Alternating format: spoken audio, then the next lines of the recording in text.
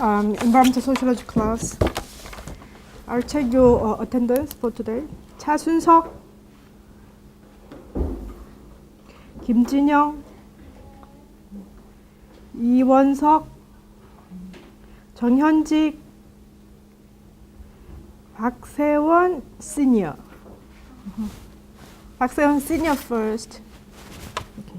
We have two 박세원s. One is senior and junior. 지원영, 백지헌, 김서정, 여시영, 정지환, 이호빈, 윤희진, 김나연, 박세원 주니어, 민지우, 유엔팅, 풍첩, 린웨이웨이, 원선영, 신정인, 옥사나, 임현아, 박상민, 네. 임지식, 카밀라,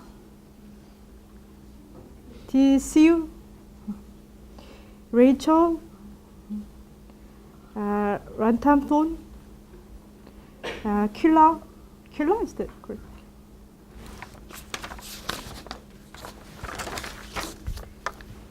소만, 육핑.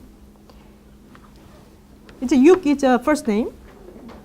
Yuk is your family name. So your first name Lee or Yu Lee, Ping Lee. Ping is a middle name. Your full name is Yuk Ping Lee. So Yuk is a family name and Yuk Peng. Okay. Hui Li Lo.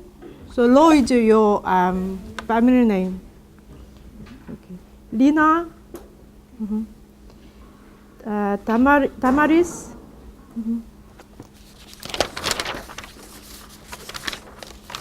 Okay, I'm seeing some new faces which I haven't seen for the last weeks. Would you able to raise your hand who just come first for today? Okay. Would you come forward to me? Would you come forward to me? Would you come forward to me? Those who were not able to attend the first and second classes, for the first week we did self-introduction work, and you can respond how you are familiar with the reading, speaking of English, and why you chose this. And then, have you been able to pick up the course book from the 현대문화사? Okay. How much is it? 100,000? 100? Sorry, 1101. Okay. 11,001, right? Okay.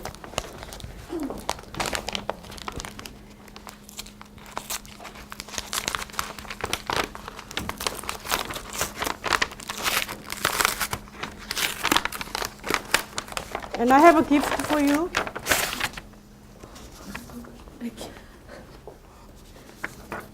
Hope you like it.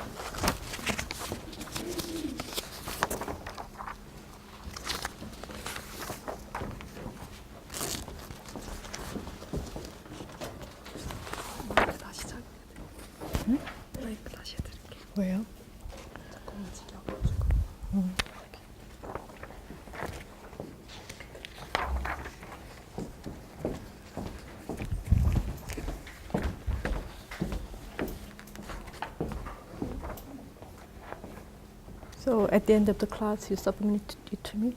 Would it be possible? Or next week you bring it with you? Next week, okay? You have to write down your name and I'll give your name here.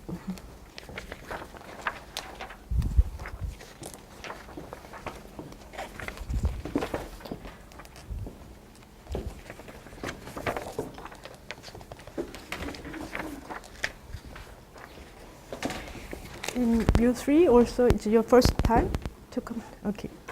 I need you to write down the self-introduction. During the break time, would you come to me? So I give you. One for you. One for you. One for you. One for you. One for you. Okay, so it's a quiz. It's a quiz.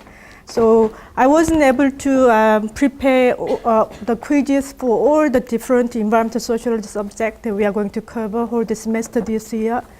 But I bring with me every week with the quizzes. So today it's quizzes for the first subject, first learning subject. What is environmental sociology? The second one we did last week. The second one we will do today. The environmental sociological theories. So I'll ask you to spend some minutes for responding to the question from number 2 and number 5, which we learned last week. Those things we learned last week, so maybe you want to check your understanding, your memories, and it's nothing affect your final score. Just check your understanding level. Anybody know Oksana and Camilla? Okay, would you give them? I'm Oksana. You are Oksana. Oh, okay, you are late for today. Okay. Camilla, do you know Camilla? Yeah. Can you give? Okay.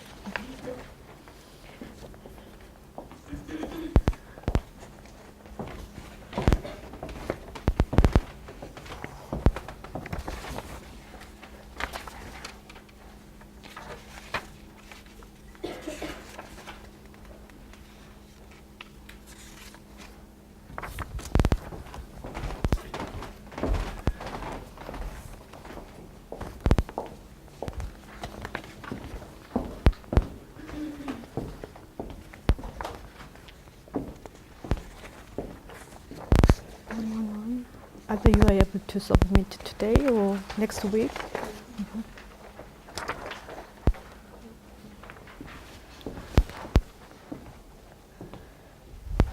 Do you have any friend in this class? Do you have any friend in this class? No? Okay. You are from the Korean language department? Okay.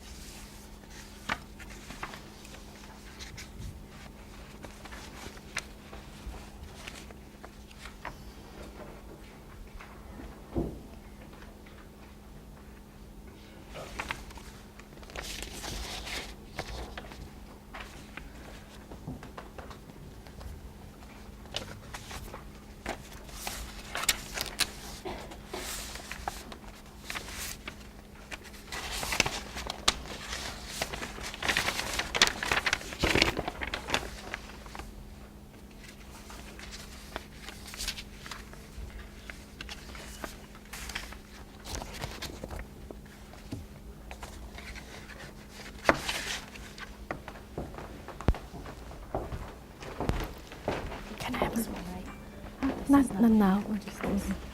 Just the first one. Can I have a look? Yeah. Okay.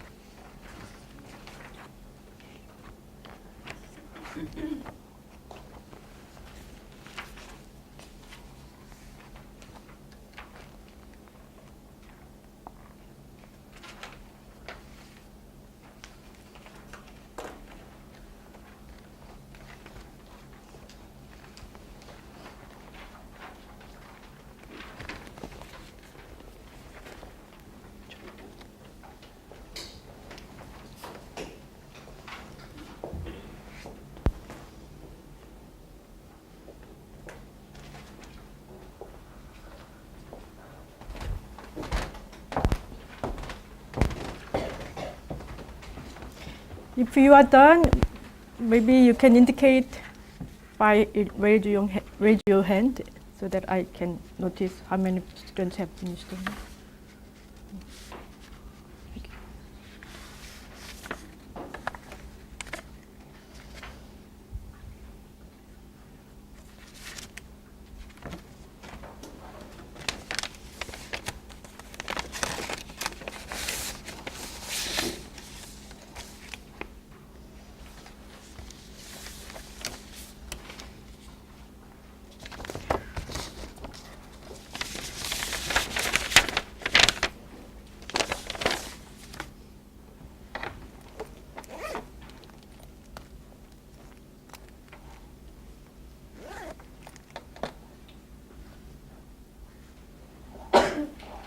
I hope it's not too much difficult for you to provide the correct answers. So the question one we already did last week. You remember? Yeah.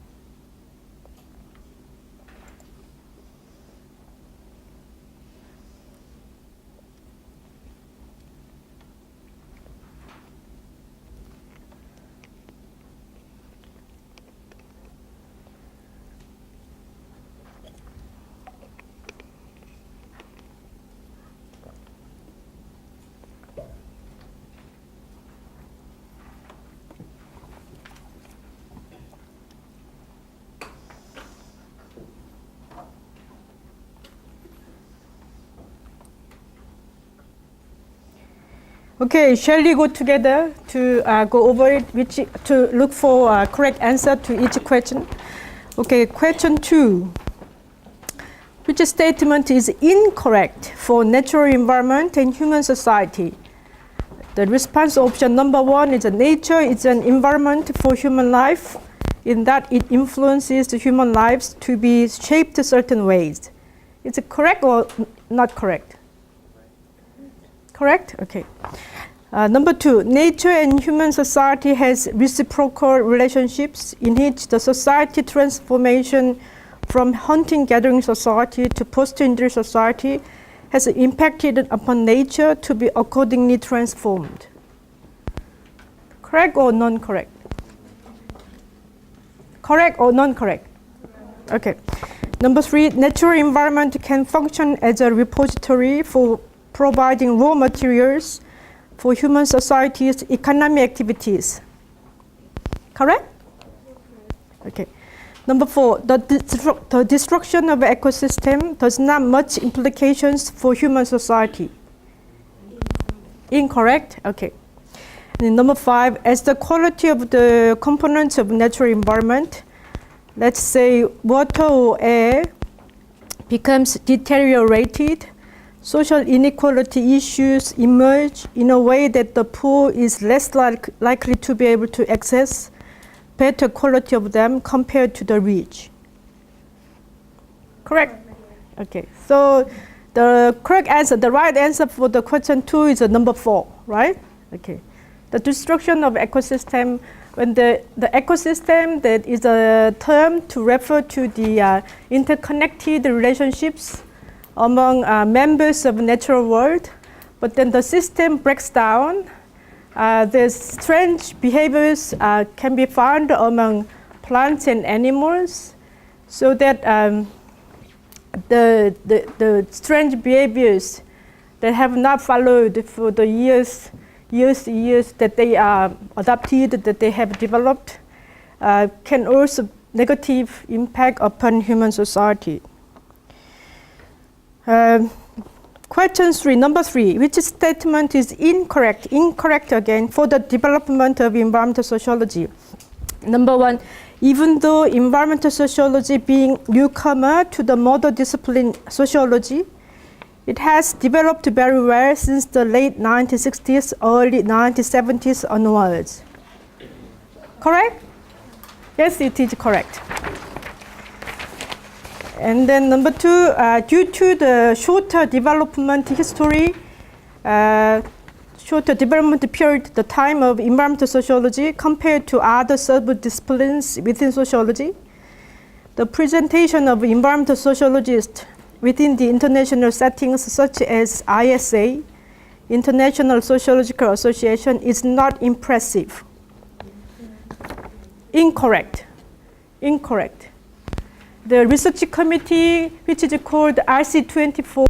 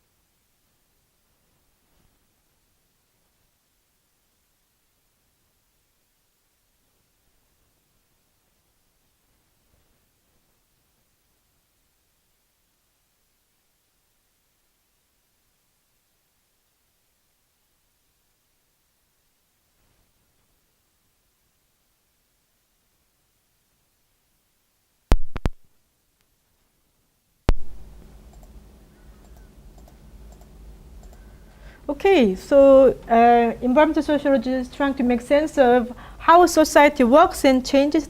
That's the very fundamental questions that face every different sociologist. And then compared to other sub-disciplines, let's say political sociologists, economic sociologists, environmental sociologists, they have environmental factors, consider environmental factors important to understand how society works and how society changes.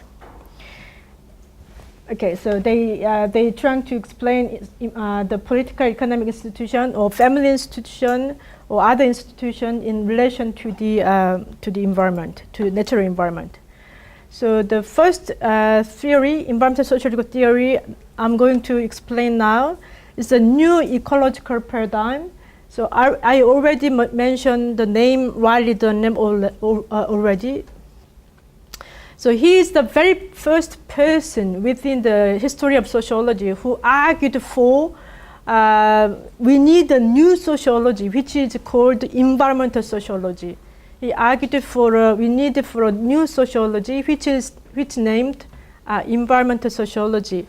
And in arguing for a new sociology, which he termed environmental sociology in the 70s, he criticized all the classical sociologists like Karl Marx, Max Weber, Emil Durkheim, or all the influential contemporary sociologists like Talcott Parsons, or many contemporary sociologists who are influential up to the 70s. He criticized their works by saying that they are kind of sharing the assumption of how society works, how society changes, and what human beings are, drawing upon the human exemptionalism and human exceptionalism paradigm. Riley Dunlap and William Catton, who are the co-authors for the paper, for the work, for the article, which is titled Environmental Sociology, a New Paradigm, in arguing for the sociology needing another new sociology, new discipline, which is termed environmental sociology. He criticized the classical sociologists and contemporary sociologists, saying that they shared some assumptions about society and about human beings in a way that humans are free from the natural laws, and humans are exceptional, not like animals and plants in a natural world. And he went on saying that that's the reason that sociologists were not able to predict the ecological crisis that American society faced in the 70s. I mentioned some events that the OPEC's embargo upon the United States. So when they cut the provision of petrol to the United States, some factories, because its energy sources were being cut off. So that's the many implication for society disturbance, so sociological crisis, social crisis also. So the reason that sociologists fail to predict the possible the ecological crisis, particularly that the one the American society faced in the 70s, is because the sociologists, mainstream sociology, they shared that human beings are different from the members of natural world, and humans are exceptional among other many creatures in the earth. And then he proposed new environmental paradigm. The first time he named new environmental paradigm, and then he changed the name new ecological paradigm. So he proposed new environmental or new ecological paradigm as an alternative paradigm to the human exemptionalism paradigm and human exceptionalism paradigm, to do a new sociology, which he termed environmental sociology. So Dunlap had a vision, very strong vision for NEP, new environmental paradigm or new ecological paradigm, to be a paradigm basis for environmental sociology. He had a vision in the 70s when he proposed first that we need a new sociology, which is termed environmental sociology. And he had a vision, NEP, new environmental or ecological paradigm, to become a paradigm basis for environmental sociology. So here are the differences that human exceptionalism paradigm and new environmental paradigm or new ecological paradigm. The first one, it says, the first statement, shared assumptions, shared beliefs of how society changes, how society works, and of how human beings are in relation to other living creatures in the earth. The belief, those mainstream sociologists, according to Riley Dunlop, humans are unique among the Earth's creatures because they have culture. So animals, plants, and they are only biological things. They are only biological things, and they do not have culture. But humans, in addition, being biological existence, in addition to cultural existence, and culture that makes human beings exceptional. So very different from the members in natural world. And culture can vary almost infinite, so no limit. Culture can vary, can change, can vary without limitation, and can change much more rapidly than biological traits. So those people who have assumptions of human exceptionalism paradigm, they believe that humans can solve any kinds of problems that are imposed by humans having a biological trait, which is different from other living creatures in natural world. So animals, plants, and those members of natural world, they are simply biologically determined. They don't have any way out, being free from their biological determinism. But humans can be free with nature, with culture, and they can change. They can fix the problems imposed by humans' biological traits. And the third is that many human differences are socially induced rather than inborn. They can be socially altered, and inconvenient differences also can be eliminated.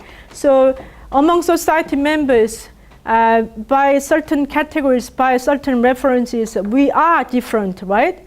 But those people have shared assumptions of human exceptionalism paradigm.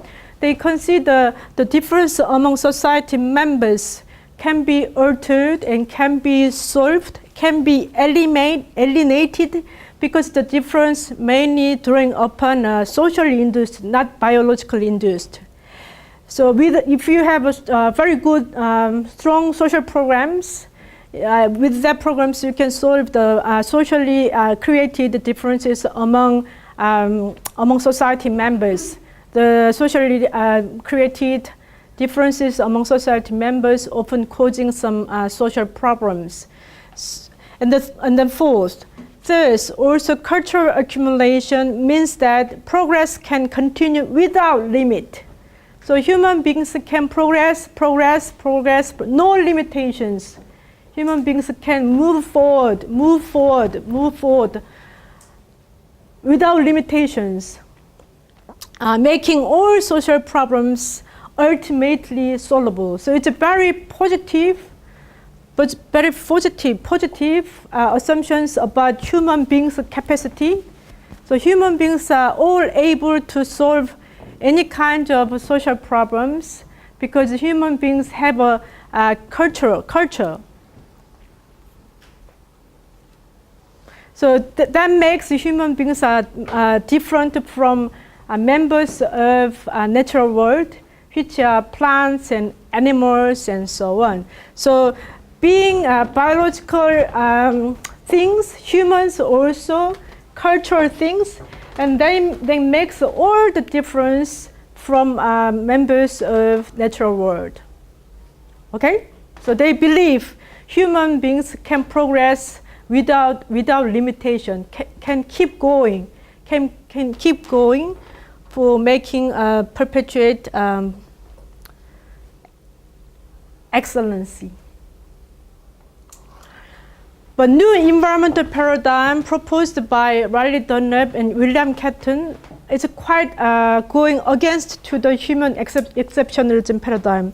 The first statement made by Dunlop and William Catton, they say human beings are but one species among the many. So human beings are part of one species of all the many creatures in the earth.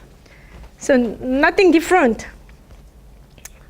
And that are interdependently involved, not independent, interdependently involved with other the members in natural world, which he named biotic communities that shape our social life. And then second statement says that intricate, it's a very interconnected the nature, intricate in linkages of cause and effect and feedback in the web of nature produce many unintended consequences from purposive human action. So if a human makes certain actions with aims upon the web of nature, because due to the very intricate linkages of nature and society, that makes the internal impact upon human society. And the third is that the world is finite, not infinite. So there are potent physical and biological limits constraining economic growth, social progress, and other societal phenomena. So these are the two colliding perspectives, two colliding worldviews about what human beings are and about how society functions, how society works, and about how society changes. So according to this worldview, so society can keep going forward, right? Can keep going forward positively. There's no limitation. Society can keep prospering, keep progressing, producing a lot, enjoying a lot, consuming a lot, feeling a lot, so on, so on, so on, so on. And then all the social problems that are induced by differences among individual members of society can be fixed, can be solved by cultural programs. And there's no limitations for human beings to solve social problems. But the NEP is very different. The very beginning, the presumptions, the hypothesis to say about human society, human beings, what human beings are, and how society works and how society changes, the very first assumptions contradict, very different, contradict to the idea of human exceptionalism. They say that humans are unique, but according to new environmental paradigm, humans are not unique. Humans are nothing more than humans are just one species among the many. And then if human beings have certain activities purposefully upon the web of nature that has some consequences, unintended consequences upon human society. And then also there is a physical and biological limit. So basically, according to human exceptionalism paradigm, the failure of political institutions or the failure of the economic institutions is mainly caused by the failure of management of actors in the economic sphere. But according to a new environmental paradigm, the failure of economic institution is due to the limitations of biological and then physical of natural environment. That means that there are certain amount of natural resources that can support the economic system of a human society. But according to human exceptionalism paradigm, there are thousand full plenty of natural resources, and there's nothing worried to one day they to become depleted. For them, it's a very, how can I say, the natural world is a full possibility to support all the progress, all the positive change, all the nice things, good things that human beings can have all along the many years to come. But this is a bit negative or somehow gloomy prospect for human progress, for social progress.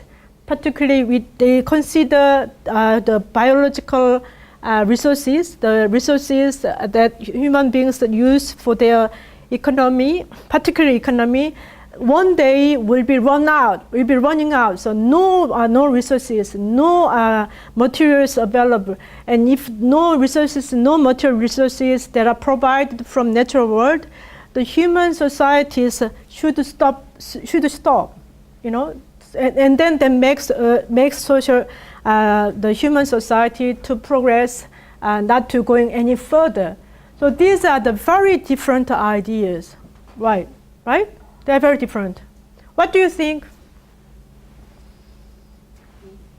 You? No. Sorry, I forgot your name. Sorry. Rachel. Okay, Rachel. What do you think? Both are too exaggeration. Do you consider both are too much exaggerating? The polar, the other side of. Yes, they are very opposite. Yeah, they are very opposite, right? Mm-hmm.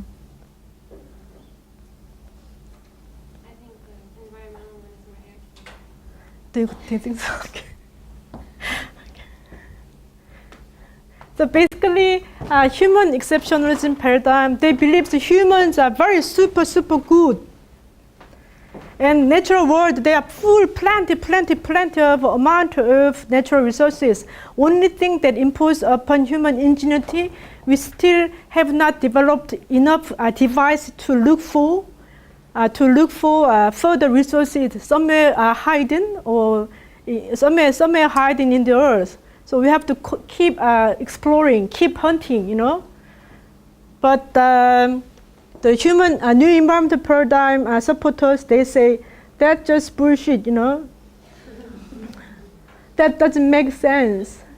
There should be limitations upon human society keep going, progressing. That's a kind of too much positive drama storytelling, you know. There will one day the social crisis will take place due to ecological crisis. So ecological crisis in terms of the deterioration of environmental quality, like the air quality becomes bad. Somehow we're talking about like a fine dust problem. And that affects us, our everyday lives, and our social life, right? Our health. So those people who believed human exceptionalism paradigm, they consider we can solve whatever problems they are. We can solve. But they say it's too much positive, optimistic view, and we have to accept some limitations. Particularly they're coming from physical and biological limits that will probably affect negatively the social progress of human society in the long run. So that's the anthropocentric worldview. They consider human beings are number one biological creatures among all, compared to all other biological creatures in the earth. Humans are number one. And humans are different from animals and plants because humans have culture, particularly brain, ingenuity, and can create good social programs to solve any kind of social problems, whether social problems that are imposed by the biological limits. They still believe we can fix any kind of problems. But those people who believe the new environmental paradigm say it's just normal, not any longer. That idea can be valid too. Okay, so now I talk about NEP scales. The Dunlop and his colleagues, other colleagues, they have developed empirical measurement, particularly in 2000. They designed 15 question items. And then the 15 question items consist of the new ecological paradigm. So they test with the 15 question items. They tested lay people about how they consider the relationship between natural environment and human society, and they also tested the environmental activists, and they also tested difference between men and women. They also tested between the both in economic organizations or workers and so on. Okay. And the 15 question items of the NEP scale comprise the ideas of the reality of limits to growth. So if you agree to the idea of limits to growth, so that means that even if you want economic growth, that means that if your country now, in terms of economic output, and that is measured by GNP or GDP or whatever GNI, if your country has like a $10,000 of GNP, and you still believe your country will become like 5 years or 10 years, like 20,000, 30,000. Those people who believe NEP, they say there will not happen. That kind of economic growth in terms of a lot more economic output, a lot more economic profit, because of the running out of natural resources that are used as raw materials for any kind of economic activities, whether particularly manufacturing goods, right? I mentioned that whatever we eat and whatever we wear, whatever we use, they all originally come from nature, right? Remember? For example, those the products you use for shining your hair, shampoo or rinse,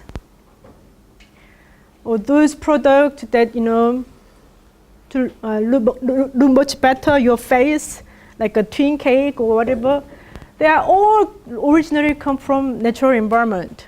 Those materials, those raw materials that are used to make all those manufactured goods we use, particularly in a contemporary modern society, that all come from natural world, right? Clothes we wear, or glasses we wear, or lipsticks we put on lips, or laptops, computers, PC computers, or tables, whatever you use. They all initially come from nature.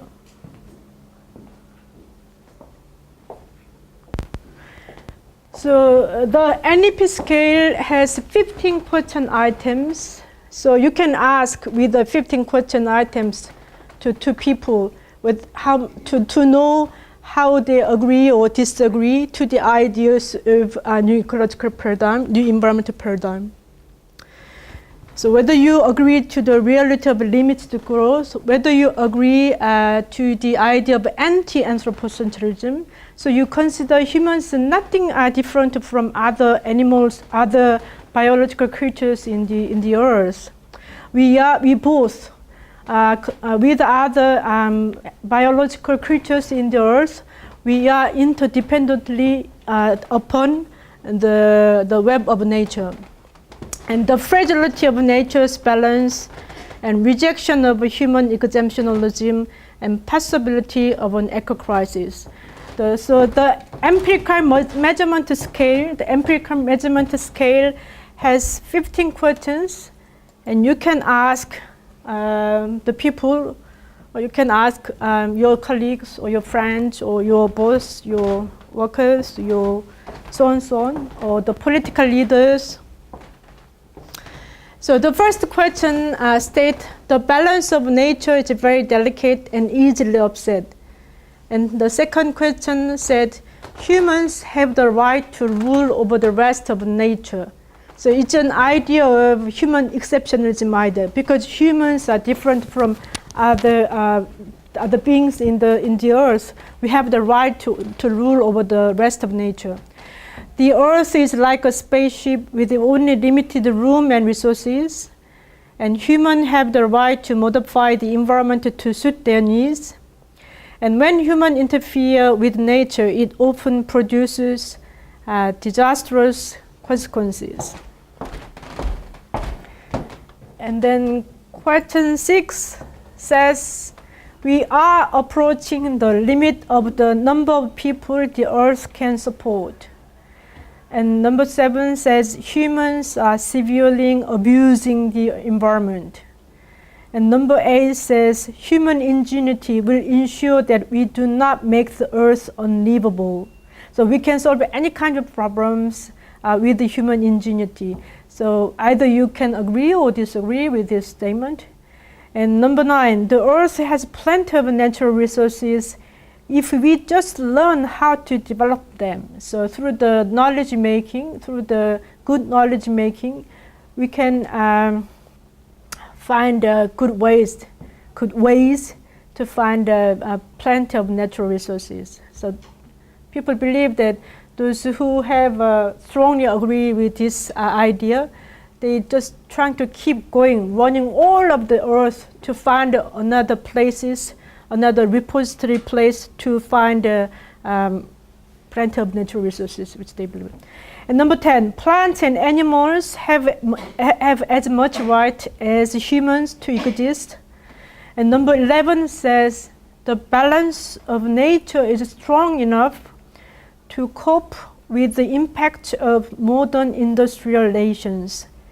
And then number 12 says, despite our special abilities, humans are still subject to the laws of nature.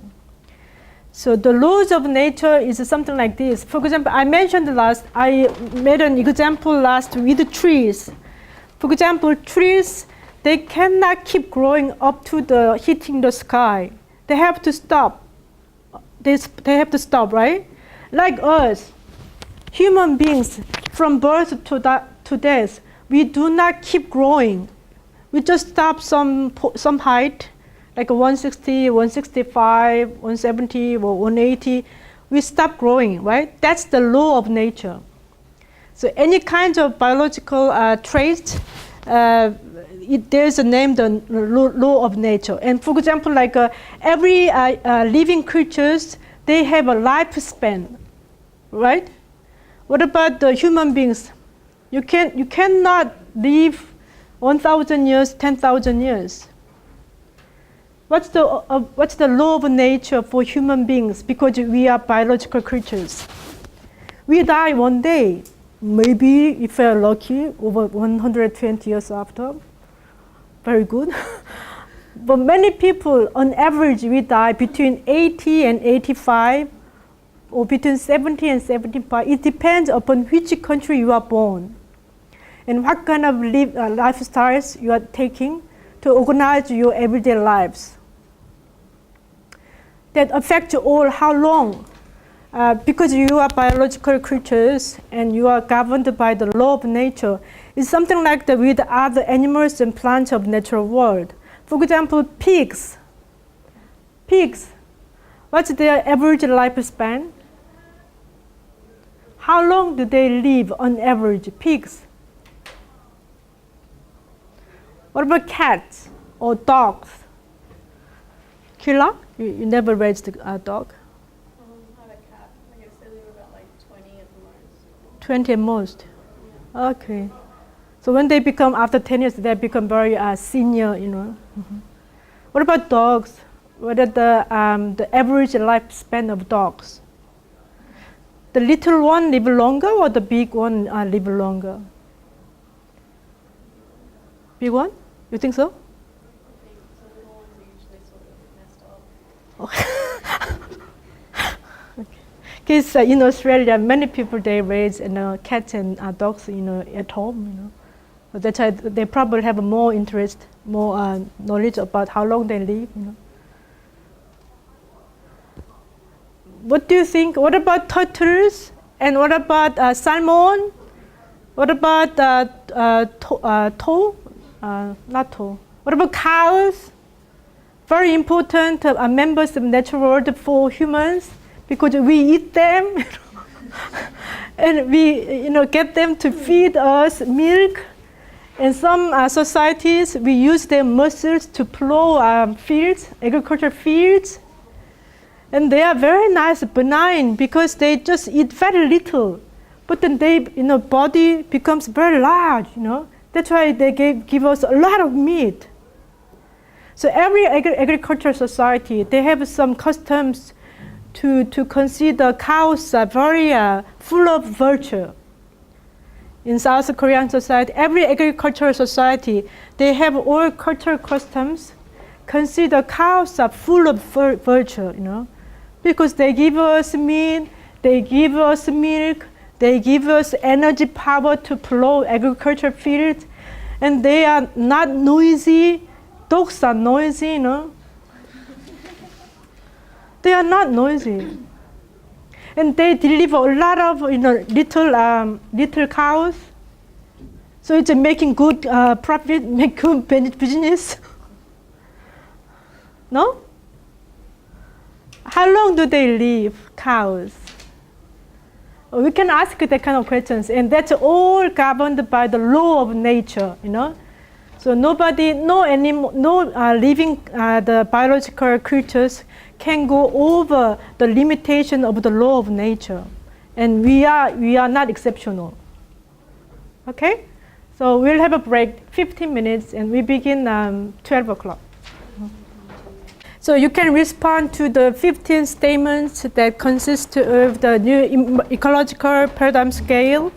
Either you strongly agree or mildly agree, slightly agree, or you're just in between, or you are slightly or mildly disagree, or you are strongly disagree. And then you all sum up your responses and to come up with a certain point. The response ranges from 15 points to 75. So if you give all the 1 point, if you give 1 point strongly disagree, slightly disagree, and midpoint 3 and 4 and 5, you combine with the 15 questions, your questions at maximum 75 and minimum the 15.5, and you can measure your belief, or you can compare with your colleagues, other friends, whether you strongly agree with the NEP paradigm, or you are slightly agree, or you are just between, or you are slightly disagree, or you are strongly disagree. And then Riley Dunlap with the Gallup poll company, the polling, have you heard of Gallup? Gallup is a very big global, worldwide, American origin. The Gallup, the brothers, they established, it's the opinion poll survey company, and their also branch is in South Korea, and they often asking people their opinions about many different social issues. And Gallup survey companies with the cooperation with the Professor Dunlap, they many times checked up empirically with these 15 questions the degree of either agreeing or disagreeing with the ideas of new ecological paradigm among lay people, or among political leaders, or among economic bosses, or just blue workers or official workers, whether differences between male and female, where the difference is for the degree of agreeing or disagreeing for the new ecological paradigm between the rich and the poor. They produced several research articles with these empirical tests. Okay? But then there's all the time critics, right? For each different theories, there comes all the time critics.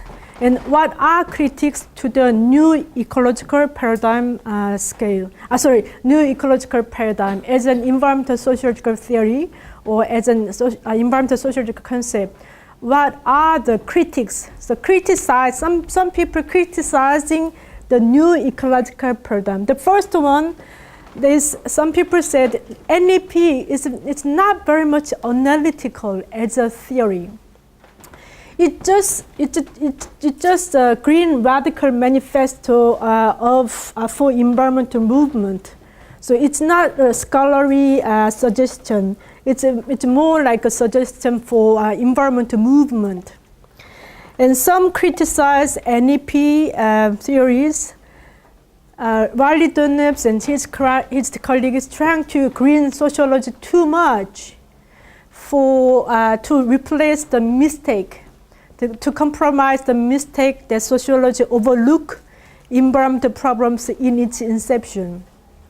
So the classical sociologists and then contemporary, the mainstream, the sociologists who are active in the 20s or 30s or 40s, 60s, 70s, they didn't much talk about environmental problems. Actually, very, very limited. So some critics said Riley Dunlap, in some sense, is correct in criticizing the classical and mainstream contemporary sociologists for they were kind of being unable to predict, unable to foresee the possible ecological crisis imposing upon the human society. But then they're trying to green sociology way too much. These are the critics that are all given to a new ecological paradigm. Some people says sociologists, whether it is environmental sociologists, political sociologists, whatever, you have to be in neutral stance. You should not pronounce your political orientation, whether it's a left wing, right wing. You should stance in neutral way. So for people who argue, they kind of doing academic works, not exposing your political ideas. They criticize the NEP proposers, NEP supporters in this way. They say NEP is not analytical, it's not scholarly work. It's just like just a green manifesto for environmental movement. So these all kind of suggesting me the diverse opinions for doing sociology. That some arguments among Max Weber and Karl Marx, Emil Durkheim. Karl Marx is very explicitly, politically, openly saying that society, the bourgeois society, should be overturned with the co-works of workers. He expressed very strongly his political idea. And doing sociology is providing good scholarly knowledge for workers to overturn the bourgeois society. But Emil Durkheim is a somehow conservative idea, and he said, we have to be maintain social order. You know, we have to keep in mind maintaining social order. And Max Weber, he says, sociologists or doing science, whether it's natural science or social science, you should keep your political idea only to yourself, not to be exposing to other people. So he all the time said value free or value neutral. But those people who criticize new ecological paradigm, they said ecological paradigm doing environmental sociology is not value free. It's a very attached idea, very strongly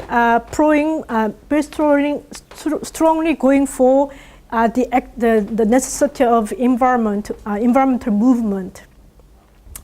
And also some criticize, they said, Riley Dunlop and then proponents of NEP theories, they are trying to green sociology way too much.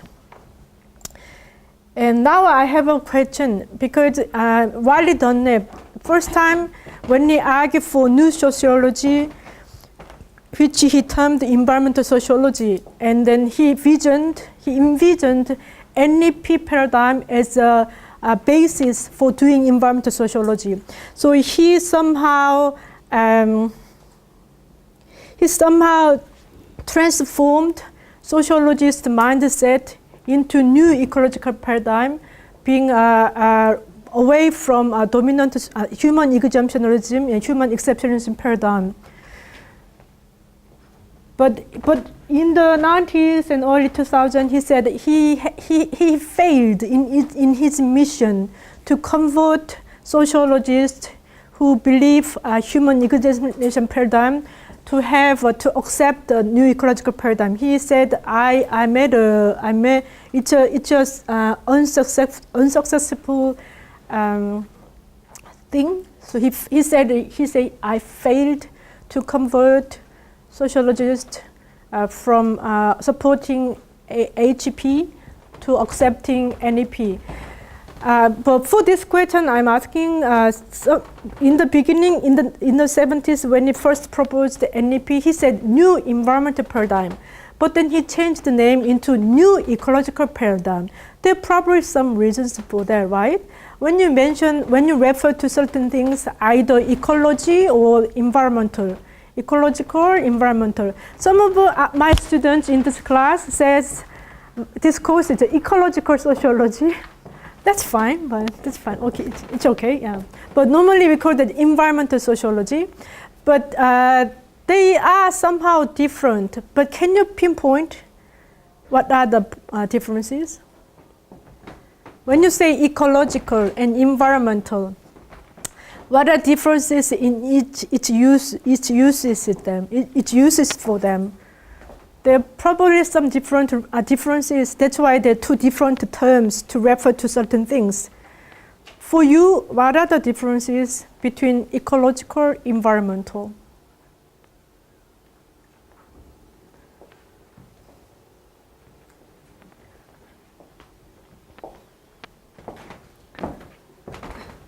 Ramasai? Can you respond to my question? I'm not sure, but ecological, I would guess, has more to do with maybe the politics behind it as well, not just the environment itself. Okay. But I'm not really sure. Okay. Lina? Elle est ma professeure de français. Okay. I'm not sure either, but like, isn't environmental usually, it's like we just learned in a class that it's connected to the society and like how they're living in the environment there, and then ecology is mostly like just focused on the, I don't know, like you said, water or like air and like the nature and stuff like that, but environment is mostly like the environment, well, that too, but connected to the society, right? Okay. And Li Weiwei? You are Li Weiwei? No. Sorry. Who is Li Weiwei? Okay, can you respond to my question? Lin Weiwei.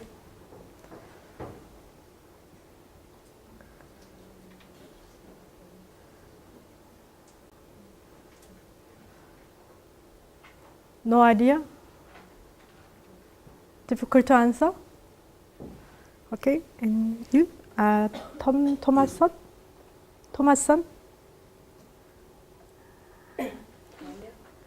Your name is Thomasson, right? Sorry, Ramtanson? Sorry. Can you give me your name again? Sorry. Tanya. Very easy. Tanya. Okay, Tanya. For you, today, present to you somehow differently. I mean,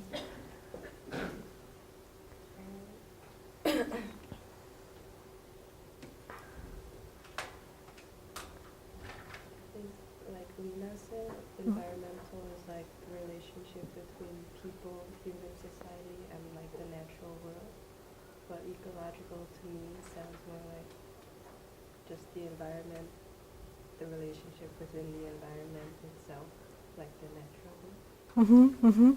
Do you feel somehow difference between them? Okay. Killa? I'm honestly not too sure. Okay. It sounds like their answer sounds kind of legit, so I'll just go with that one. Okay. 지식? You are 지식? No. We have a 지식 here. The one 지식. Okay. 지식 means in Korean knowledge. So I guess it's full of 지식, knowledge. Okay. Right? Your name is 지식, right? Yeah. Do these two terms coming to you different meanings? Do you feel them different? If you feel them different, in what way? Can you tell me?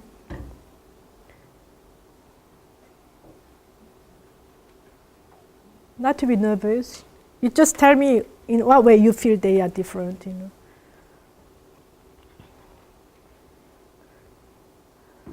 지식 comes from the Department of Literature, Korean Literature and Korean Language. So, you know. Yeah. But we are social science backgrounds, but GC comes from humanity background. See? Mm-hmm.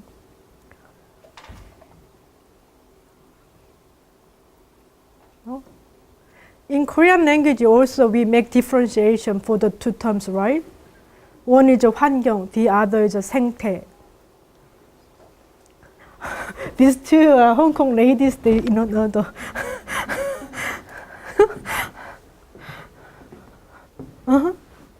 지식. Would you give me answer next time or? Okay. Please. Sorry, please. I felt Dunlap change the word to stress the interdependent aspect of natural and biotic communities, Including, okay. Oh. Very profound idea. Okay. And you? I think like ecology is more focused on like natural thing, nature, and like environment is everything, every surroundings that actually influence human beings. So like I thought that he narrowed down the concept to like more specifically to nature. Okay, great. And you? I think it seems same word. It seems same word, like just kind of language game, you know. I think he probably has some ambitions. I mean, some reasons to make differentiations, to refer to the ideas that have strongly emphasizing the connections between human society and natural environment in a ecocentric worldview. But for me, okay, it's my idea. For me, I said environment is a relational concept. Do you remember? Okay, so relational concept is something like a father, you know. When father doesn't make sense, you need the other part who is in relation with the father. Okay, I'm a male individual and I'm a father. And who do I need to become a father? I must have either son or a daughter. Okay, that's a relational concept. But when if a term doesn't make sense, there should be all the time subject and object. There must be relation. That's a relational concept. Okay, so environment is a relational concept when the meaning makes sense all the time with the subject object, and when with human subjects, humans having subject, all things that affect human beings are all considered environment.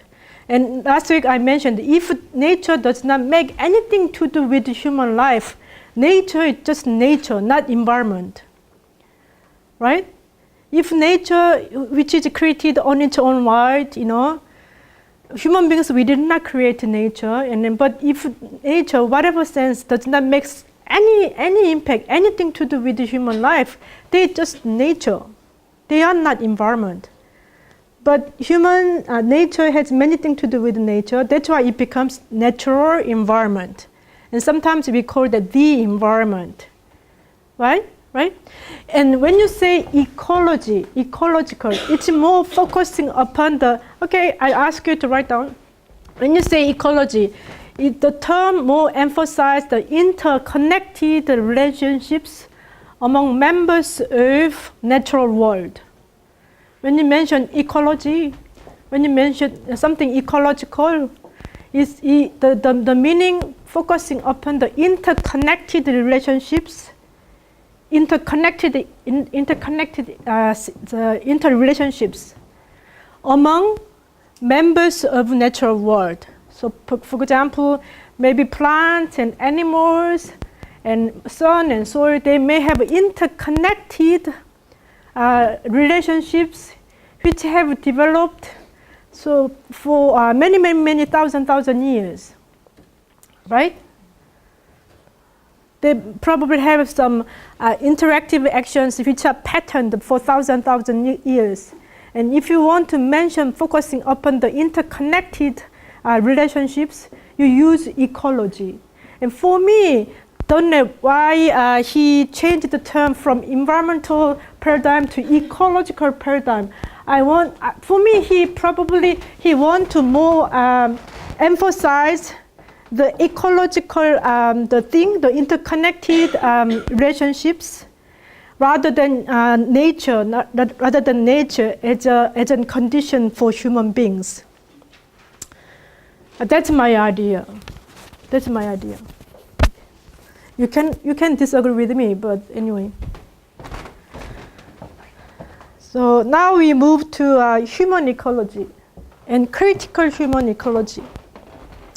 Okay, human ecology, people often consider human ecology as a prototype of environmental sociological theory. But the human ecology began in the 1920s in Chicago University. There's a group of scholars which is named the Chicago School. And they are quite famous because they developed sociological theory which is called human ecology. And to understand the interconnected relationships among society members, so human beings, whether they are male or female, whether they are the poor or the rich, whether they are the rural born or urban born, whether they are city dwellers or rural fishing village dwellers, there are some interconnected, the patterned interrelationships among society members, right? So to understand that, he used human ecology. So Robert Park was the professor of sociology department at the University of Chicago, and Robert Park was the very person to coin the term human ecology, and to understand how society members, how human animals, how human beings interconnected to each other, particularly in an urban setting like Seoul, or like Busan, in an urban setting. He used the ideas of natural ecology. He used all the terms, all the ideas that are developed for natural ecology. So natural ecology is basically to understand the interconnected relationships among members of natural world. But he used all the ideas developed by natural ecologists to understand how the human society members interconnected to each other, particularly in an urban context, in an urban setting. In his, the main focus for his explanation is to explain diverse urban forms that are made by different patterns of interactions that involve land use. For example, think about Seoul. Right? Seoul is a very little land, but that house about 10 million people. It's amazing, right? Why too many people living in Seoul? It's a very small area, very small land, but a lot of people live here. Why? 9 million, Why too many people live here? 1 out of 5 of South Koreans live in this very tiny land. Why is that? There are some. Lee. Lee. Because it's the capital and economic center, so people move here to find jobs or study. So that's why so many people just come to Seoul instead of other places in South Korea. Okay, but what about where is the center of politics and economics in the United States, Rachel? Where is the center of politics and economics in the United States? Which city is that? Only one city? I think there's multiple because it's such a big country. Mm-hmm. For politics, probably Washington D.C. Mm-hmm. capital. But for economics, I think there's a lot. There's New York City, LA, Chicago. Okay, but in those cities you named, the larger numbers of the American people live in those very few cities. Is that true? Are you sure? Oh yeah. So how many people live in Washington D.C.? But probably not 1 out of 5. Maybe 1 out of 20 or something like that. Maybe it's less than 10 million. When in Washington D.C., the the East Coast cities. Okay, we'll check how many people living in Washington D.C. Because in the United States, Washington D.C. is the political center, and then Rachel mentioned L.A. or Chicago. Those are the economic centers. But we can check how many Americans live there. I would say like 1 out of 20 or 1 out of 30, So it's not the common thing that the only one city observes thousand people, just one space, even if it's very small land. So if you understand the urban forms of Seoul,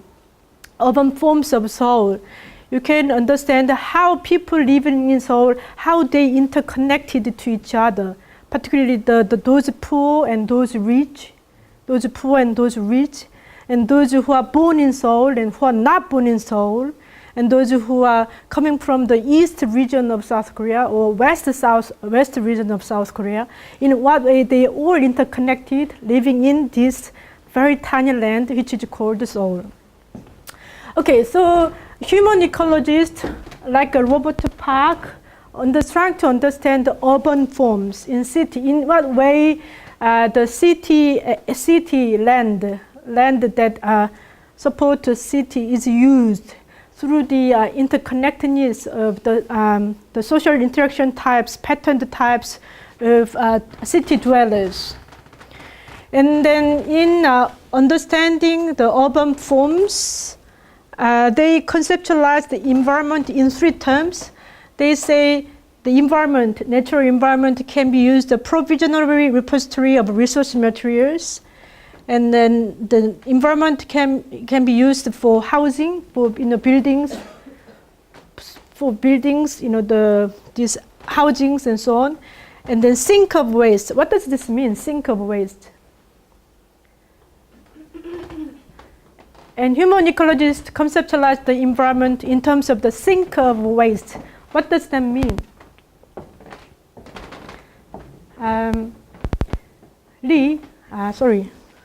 Wei, sorry. What's your name? What's your name? This issue, okay. I know actually about it, but I think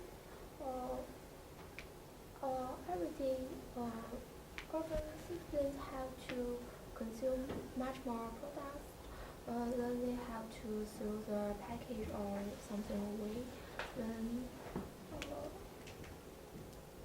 our environment maybe cannot accept all our waste, then transfer them to something useful. So we have to put some restrictions to our consumption and to reduce the waste. Okay. So, okay, the C, so C is your first name? D is your first name or C is your first name? D is my first. Oh, D. So D mentioned that in urban setting, compared to rural or fishing villages, people consume a lot. And then after consumption, there comes, at the end of the consumption, there comes waste. And then where do waste go?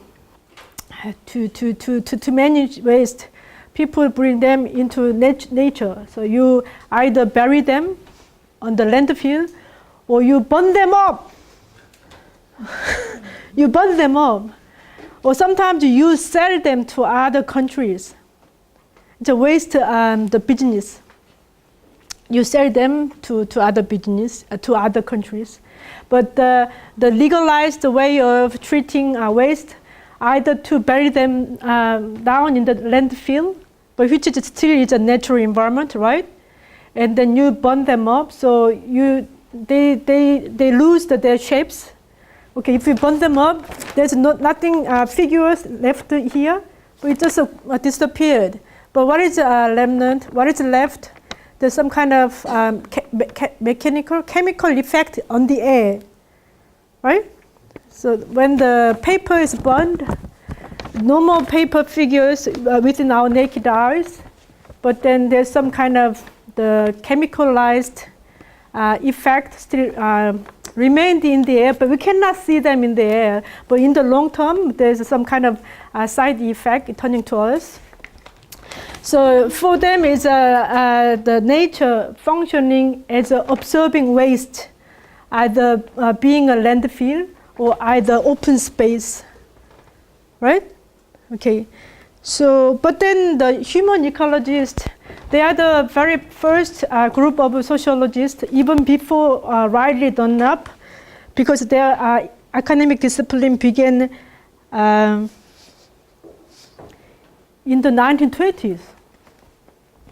But they never considered that there will be environmental problems. They nothing say much about problems in natural environment. They just mention in what way natural environment functions for human lives. So natural environment as a repository for providing raw materials for economic activities, and natural environment providing land, base land upon which building can build up, whether it's housing or office buildings or the churches or temples and so on.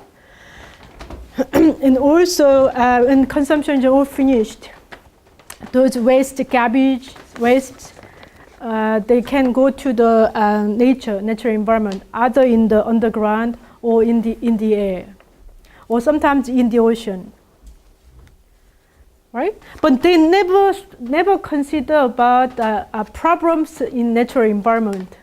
They only consider in what way nature can function for human life. And they never talked about environmental problems. When they consider environmental problems, they also the proponents of human exceptionalism paradigm. So they believed human beings can fix the negative problems in natural environment. In critical human ecology, whatever in sociology with the prefix critical, that means the idea is influenced by Karl Marx. So whatever comes with the prefix critical, whether the critical studies, critical human ecology, or the critical perspective, whatever critical, those are all the ideas influenced by German philosopher Karl Marx, right? Karl Marx. So in sociology, we learned about him because he's among the very few, very influential thinkers in human history. And he is the very person to conceptualize how capitalist production system works and in what way society should be operating. So he hates capitalist system, and those who are all like the Karl Marx ideas, including Richard York, they hate capitalist production system. They hate capitalist production system. So critical human ecology is the critical Marxist interpretation of human ecology. Because human ecologists, they never seriously considered the possibility of environmental problems when nature being used for sink of waste, or for land space, for building structures, or natural environment being used for repository of resource materials provision. They are very positive. They are positive for human modern society. But then Richard York, being a very strong Marxist in the United States, he reinterpreted human ecology upon the idea of Marxist thinking. And once again, I said the key idea of Marxism is to analyze how capitalist production system works, and basically they consider capitalist production system must be overturned, because overthrown, because for Marxists, they consider capitalist system is too inhumane, because the capitalist production system is all the time talking about accumulating profit, accumulating whatever, sacrificing, whatever the cutting off the workforce, the sacrificing the work posts of workers, or reducing the welfare of them, whatever. Capitalists, according to Marxists, they do not pay that much attention to workers' welfare, and they do not pay much attention to the ecological destruction. Only thing that interests capitalists is to how to accumulate profit. So basically, for Marxists, to accumulate profit, you have to produce. You have to keep produce things, certain things, right? You have to keep producing, and for them, it's a contradiction between economic system and ecology system. Because if you keep producing, if you want to keep producing certain product, you have to keep extracting natural resources from natural environment, right? If you want to produce furnitures, like 10,000, 100,000, you have to extract somewhere. You have to cut off the trees, right? But there's a contradiction, because the time for trees to keep growing fully is shorter. It's longer. It's longer. How long do you consider? So we are talking about, again, the law of nature. For trees, how long do you consider the very tall trees, let's say like 30 meters? Is that very high? 30 meters or 50 meters? Like those trees in Malaysia or Indonesia, in Southeast Asian regions, like Brunei, in Southeast Asian regions, those regions are very ecologically equipped to get trees growing very fast, much faster and much bigger. Why is that? Those Southeast regions, they are better equipped to get the trees much taller and much bigger compared to other regions. Why? Climate is humid. Sorry? Climate is humid. Humid, and then? There are much rain. Yeah, very strong rains, and then very warm weathers. And these are the very good conditions for trees keeping growing taller, and keeping growing faster, very big body, right? So those who have run the furniture companies, they hunt those regions to look for raw materials of trees, which is called either timber or limber, timber, or whatever you call them. Okay, but then it takes longer years, longer time for a tree to grow enough for them to become timber or limber, it takes longer times. So for Marxists, it's a kind of contradictory between ecological system, the economic system, particularly based upon capitalist production system, which is whose unique aim, whose sole aim is to produce as much as goods and to accumulate as much as profits. So if you want to produce a lot, you need a lot of trees. But once you cut them off, you have to wait, right? You have to wait. Once you cut them, the trees, like 10,000 trees or 100,000, and then you have to wait for them to regrow. And it takes another maybe 20 years or 30 years, sometimes 100 years. But then capitalist product system is about speed. It's about producing more, which is all interrelated to having much bigger profit. So according to Marxists, they say within the capitalist production system, there is a fundamental contradictions between ecological system and between economic system. And Marxists, when they explain how society works and how society changes, among the many different social institutions, they consider economic institution is the prime mover. It's the very fundamental institution to explain all other parts of all other social institutions.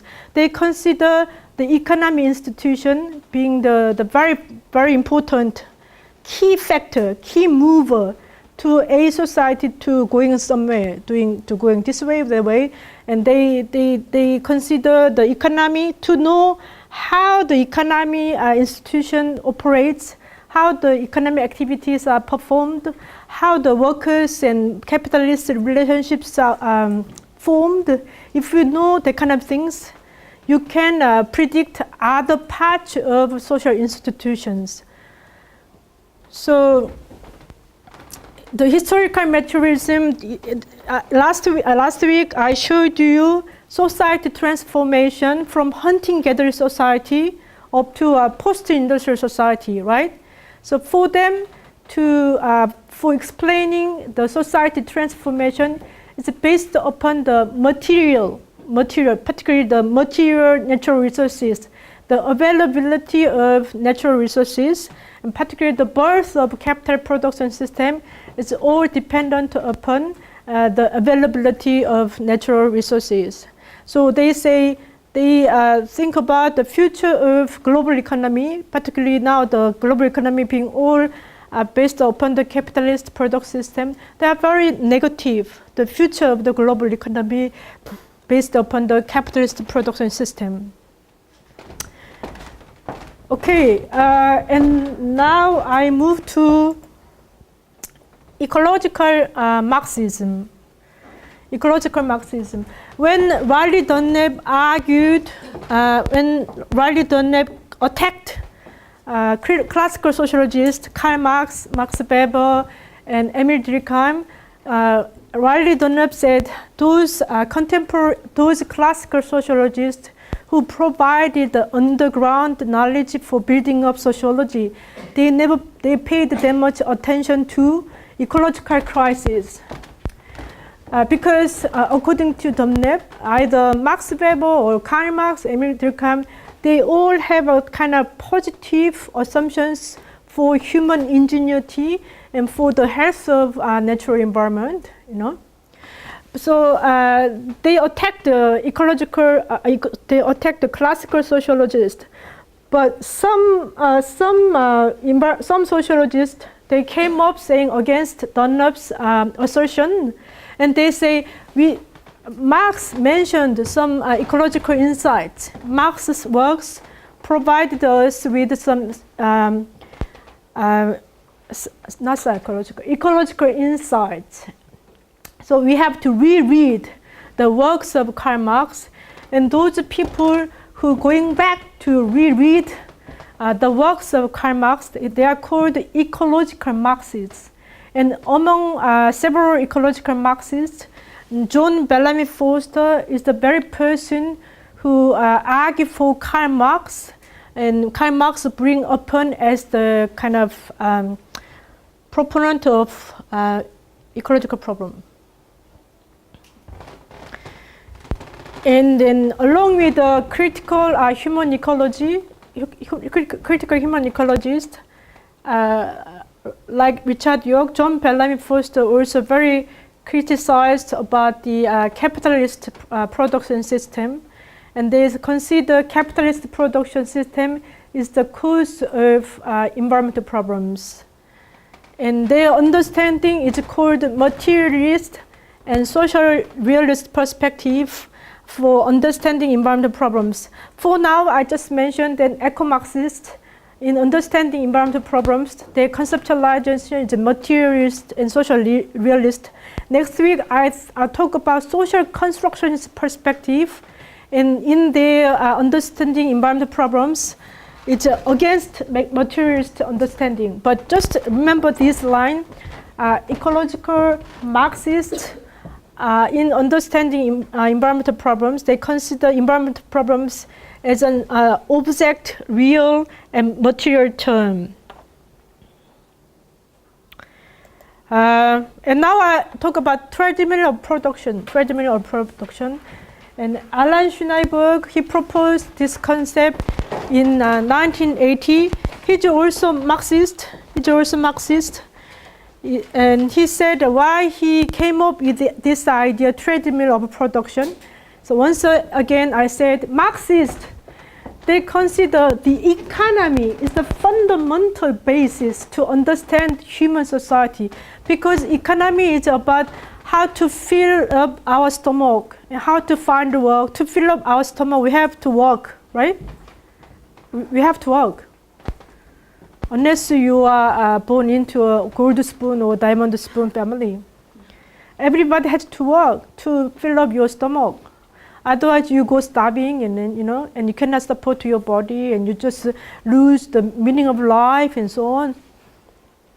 So for them, it's the economy institution is a fundamental thing to understand the human society. It's not political thing, it's not cultural thing, it's not family thing. For them, it's the economy system is the fundamental basis to understand human society, how human society works, how human society changes. For example, if you want to understand the economic system of South Korea, you can ask questions: how many capitalists in South Korea? Capitalists who have buildings and stocks, and then a lot of money, and they have buildings, they own all properties, lands, and so on. They employ thousand workers. How many capitalists in South Korea? Very few,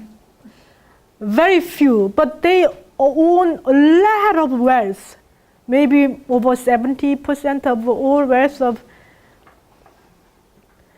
Who are they? Who are the South Korean capitalists? Mr. Lee and Lee Gun-hee, the boss of Samsung. He is a capitalist, right? No? He is. Yeah, because he has buildings. He owns buildings, and he owns land. He employs a lot of workers. And he paid the money to the workers who work for the company that he built. And very few. What about Hong Kong? You're from Hong Kong? No, I'm from Beijing. You're from Beijing. How many capitalists in China? I don't know, but I guess pretty. Because in China, there are many.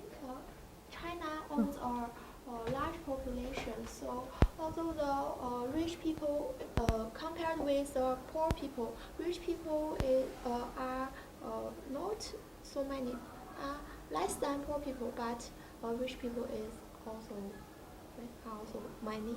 amount. There are very few, but then they own the majority of wealth of the a country, right? What about Australia? Who are capitalists in Australia? We've got like Gina Reinhardt and all that. They own Who? someone called like Gina Reinhardt, and she just like owns most of Australia's wealth. She owns all the mines and things. Ah, mines. Okay. And I'd probably say most of our government is because they're like crazy rich and they don't do a whole lot. Oh yeah. So they are also capitalists. Okay, government workers. Okay. What about who are capitalists in the United States? Who?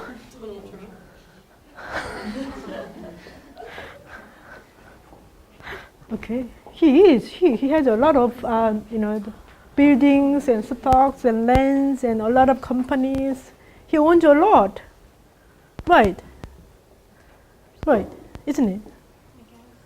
Okay. Who else? Apart from your president, who else? Bill Gates?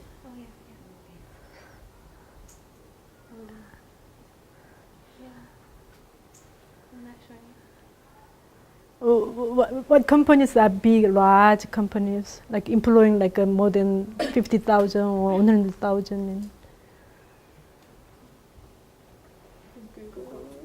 Google, right, yeah. Google founders, or the Apple founders, right, yeah. So in every country who has works upon their economy, upon the capitalist system, the capitalists in terms of numbers, they are very few, but then they own a lot of wealth of a country, right? Okay, so whatever in China or in South Korea or in the United States or in Australia, but the one thing that is different to know capitalists, what kind of business they do. Like in Korea, if you want to become a capitalist, you probably your money invest in manufacturing goods, either cars, TVs, microwaves, and so on. But in Australia, it is not. If you invest in manufacturing goods, you cannot be a capitalist. You have to invest your money on the media, like a Murdoch.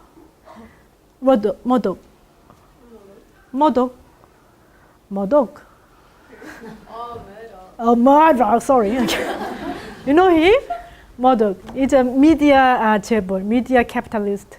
He owns he controls many different types of media, like newspapers, online, offline, magazines, and so on and so on. But if you want to be a capitalist in the United States, you have to invest your money on post-industrial goods, like information, images.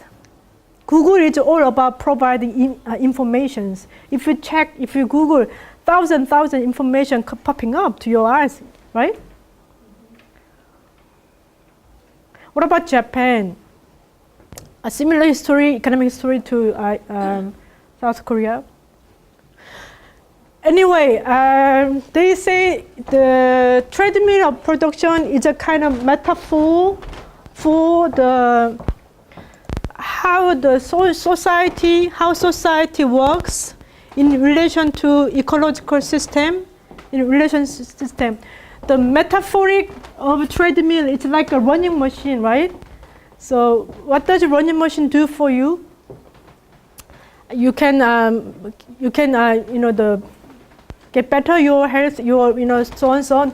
But the key point you have to remember is there's no moving forward. It's keeping running just in one place. That's the key idea of metaphor for explaining how society works in relation to ecological system. So society is just trapped in one place. So you keep producing either for money, and you keep consuming for happiness, but there's no way out. You're just being trapped in the treadmill, and then that gets in the process that result in the abusing the environment. Also, another idea, being society trapped in a treadmill without moving forward. It's a one positive event in the economy is offset with another negative event. So you just keep staying in one place, no way moving forward, progress. So this idea is also attacking the human exceptionalism paradigm, because according to human exceptionalism paradigm, they believe the society progress, moving forward. But according to the Alan Schneiberg, society, rather than society moving forward, society is entrapped in one place. There's one improvement, one sphere is offset. It's offset by other negative events in another things. So it just remained in one place, never going progress, never going forward. That's the key idea of treadmill of production.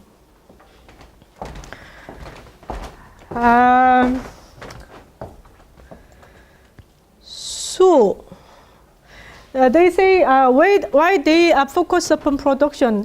The Alan Schneiberg believed that the very first social institution contacting with nature is the economy institution, and particularly it's a production system. Because if you go to the textbook,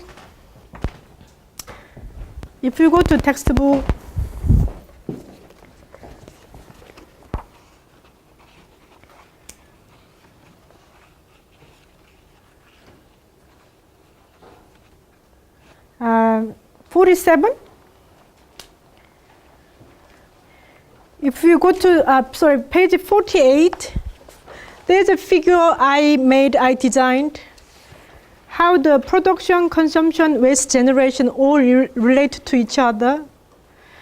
And they say how the economy operates, how the economy institution operates, according to the Alan Schneiberg, those people, powerful actors in production spheres, they also control the consumption area, which means we often believe that consumers are free to choose products that they want, but then the products are already pre-set up by producers, powerful actors in production spheres, with what kind of product to produce, how many products to produce per year, so on and so on. It's already pre-set up. It's already designed by those powerful actors in production areas. So even if we believe consumers are voluntarily and are free to choose what they want, but then the scopes of products within which the free choice of consumers are made, it's already somehow made certain boundaries. So your freedom is only can be performed within the boundaries of producers who are powerful in the production spheres. So those powerful actors in the production, like a capitalist or top managers or those people, they have a long-term plan of how your country's economy to run. And in terms of that, consumers' freedom often constrained by those powerful actors, economic actors, particularly exercising power in the production process. And then he also mentioned why he focused upon production, because to produce certain things, I mentioned many times, you have to extract natural resources. You have to go to nature, either to cut trees, either to underground and to extract miners or whatever, and you bring them to a factory, and with a combination of machines, you produce into a manufactured form, right? So these originally come from nature, but once it comes out with manufactured with the technology of machinery, factory machinery, when you look at the table, you remind of trees. When you look at table, do you have some feeling that, oh, these are part of nature? Okay. Do you have that kind of feeling? No, we only consider tables for my use of, sitting on and having my books, on and so on and so on. We do not have much imagination. These originally come from nature, right? We only consider manufactured goods in what way they can be used for my aims, my desires, my needs, Right. So that's why they focus upon production side and not much consumption side. And also, you use energy to run machines or to extract resources, whatever resources, you need machines, right? Whether you extract petrol underground, seawater, you need a huge package of technology. But then to learn the technology, to run the machines, you need the energy power, right? You need the energy power. And once again, to bring up, to create energy power, you need nature again, right? Either it comes from petrol or electricity from sun, solar energy, or wave, seawater wave energy, or nuclear energy, whatever. You still need contact with nature to create energy power. That's why Alan Schneeberg, he focused more upon production. Okay, let's have a quiz time.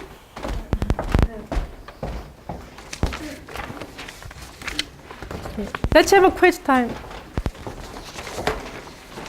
So I prepared quiz 6, 7, 8, 9. Can you test yourself? Because I'm quite tired now.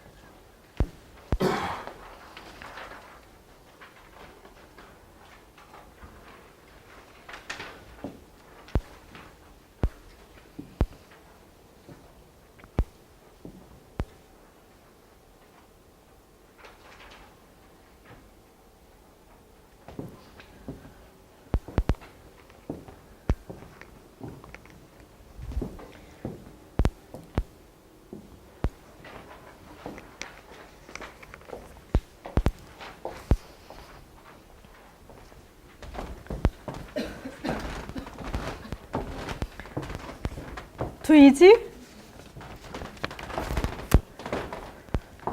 Too difficult?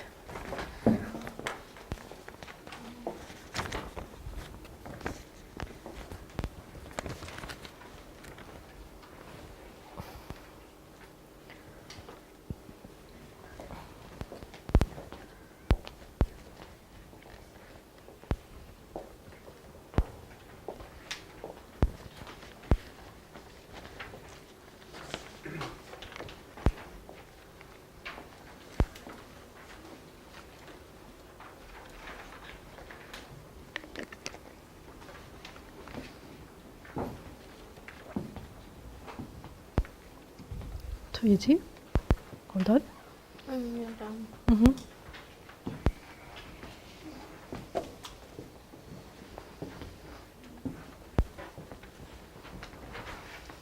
All done? Difficult or easy? So? Okay, let's go over them together. The first question is, which statement is incorrect for the new ecological paradigm, which is abbreviated as NEP? NEP.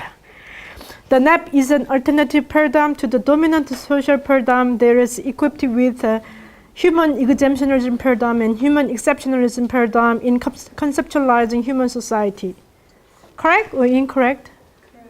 It's correct.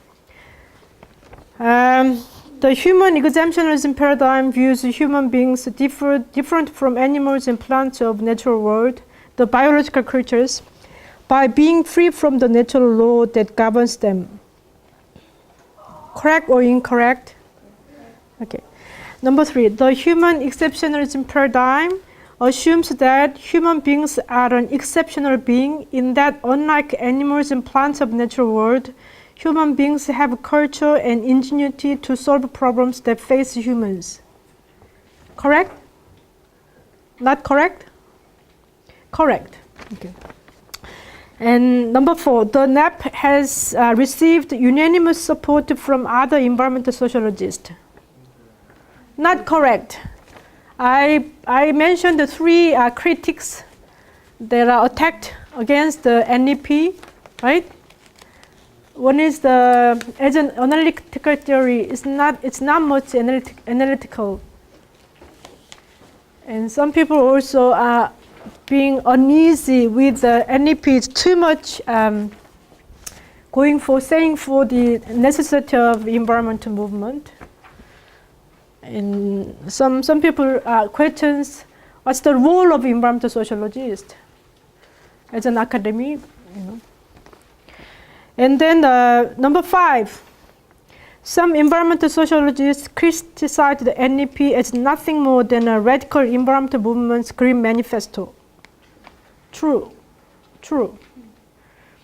Okay, so the true answer, the correct answer, the right answer to this question? Number 4. Okay, question 7. Which statement is incorrect for critical human ecology? Number 1, critical human ecology is the critical version of human ecology, which is correct.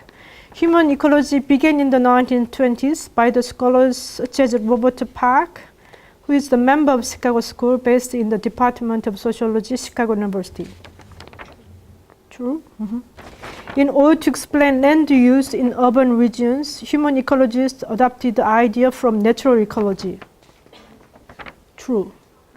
From the 1920s to the 1960s, human ecologists were well aware of environmental problems and were negative for the future of modern society, with urban sprawling causing environmental problems. Incorrect. They only mention the functions of natural environment for human life. They didn't mention that much about the possibility of environmental problems. And even if environmental problems take shape, it can be solved with the human ingenuity. It's a human exceptionalism paradigm. And 5, American environmental sociologist Richard York and his colleague proposed the critical human ecology. True. Okay. Question 8. Which one is the incorrect statement for the concept of treadmill of production? Top. The concept top is first proposed by American environmental sociologist Alan Schneiberg in 1980. True. Top reflects the idea of ecological Marxism. True.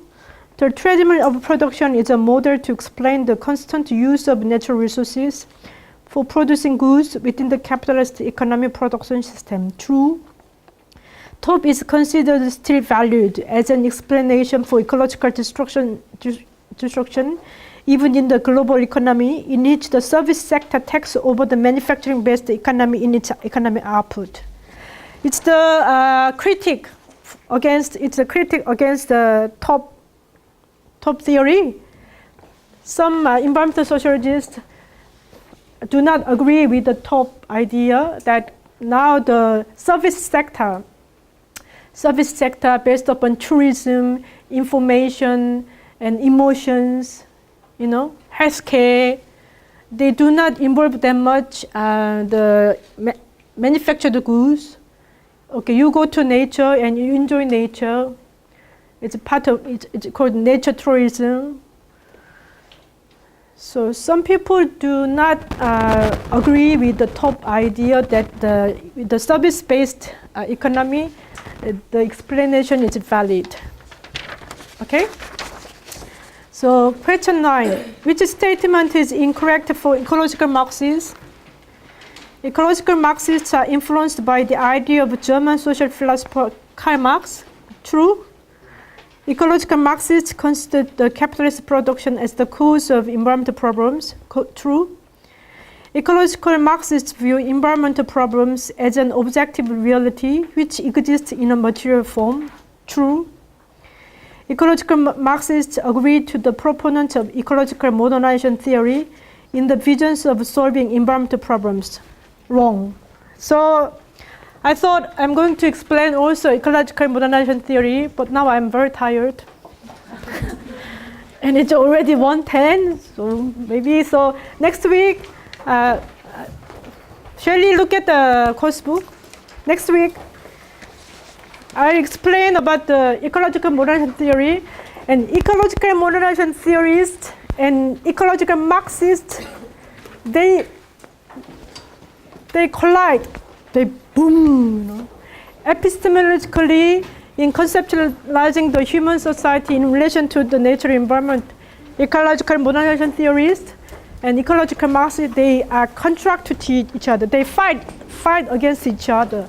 And I'll tell you what makes them divided and what makes them divided into the vision of greening society. Any questions, please? Any questions? Those who came to the classroom today and have not checked my attendance list, you have to come, because if you the attendance is not made, there's some destruction. I mean, not destruction, extraction of your scores. Any questions? Any questions? No? And those who have not have a course book, is a must do. You have to bring them all the time when attending the classroom. Okay, thank you very much. That's all for today, and I'll see you next week. Okay.